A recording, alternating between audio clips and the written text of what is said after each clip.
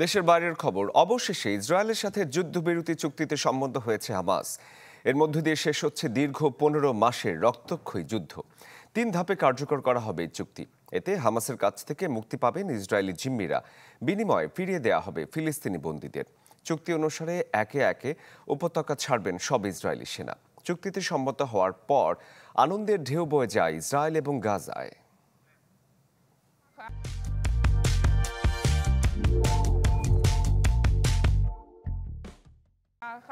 যখন প্রথমবার খবরটা শুনি, নিজেকে থামিয়ে রাখতে পারিনি।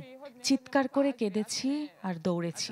যুদ্ধ শেষ হলে আবার আমরা ঘরে ফিরে যাব, আবারও আমাদের সন্তানেরা স্কুলে যাবে। যদি আল্লাহর ইচ্ছায় সত্যি যুদ্ধ শেষ হয়, তবে আমি চিৎকার করে কাঁদব। 15 মাস গাজা উপত্যকায় অশ্রু ঝরলেও ফিলিস্তিনি নারীর এই কান্না ব্যতিক্রম। এই অশ্রু আনন্দের, ইতিহাসের অন্যতম নৃশংস যুদ্ধের পাণ্ডুলিপিতে শেষ পাতা উল্টানোর খুশি।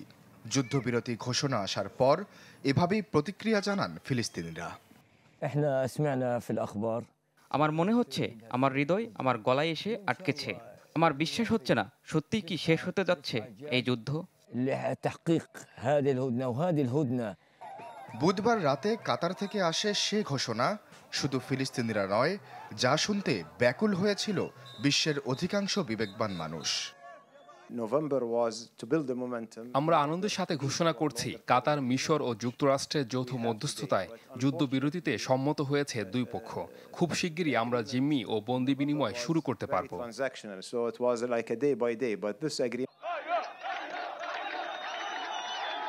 যুদ্ধবিরতির এই ঘোষণার পর আনন্দ মিছিলে নামে শত শত ফিলিস্তিনি। স্লোগান ও হাততালি দিয়ে এই চুক্তিকে স্বাগত জানান তারা। একই চিত্র ইসরায়েলেও। তেল আবিব সহ কয়েক শহরে বইছে আনন্দের ঢেউ। তবে শেষ পর্যন্ত যুদ্ধবিরতি চুক্তি নষ্ট করতে পারেন কসাই নেতানিয়াহু, এটি এখন অন্যতম উৎকণ্ঠা ইসরায়েলিদের। আমি আমার নিজের সরকারকে নিয়েই ভীত। আমার তাদেরকে বিশ্বাস হয় না।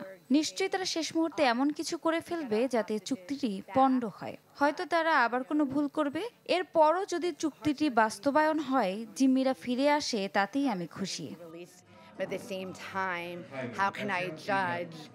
এদিকে যুদ্ধবিরতির কৃতিত্ব নিতে মরিয়া যুক্তরাষ্ট্রের বিদায়ী প্রেসিডেন্ট বাইডেন ও নবনির্বাচিত প্রেসিডেন্ট ডোনাল্ড ট্রাম্প।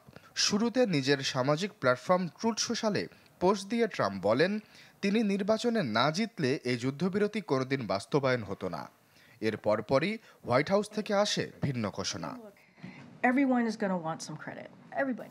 আমি ক্রেডিট নিতে আসিনি, শুধু এটুকু বলতে চাই, নির্বাচনের অনেক আগ থেকেই যুদ্ধবিরতির কাজ শুরু হয়েছিল। গেল কয়েকদিনে প্রেসিডেন্ট বাইডেন দিন রাত তার তত্ত্বাবধানে ছিলেন। রোববার থেকে কার্যকর হবে এই চুক্তি।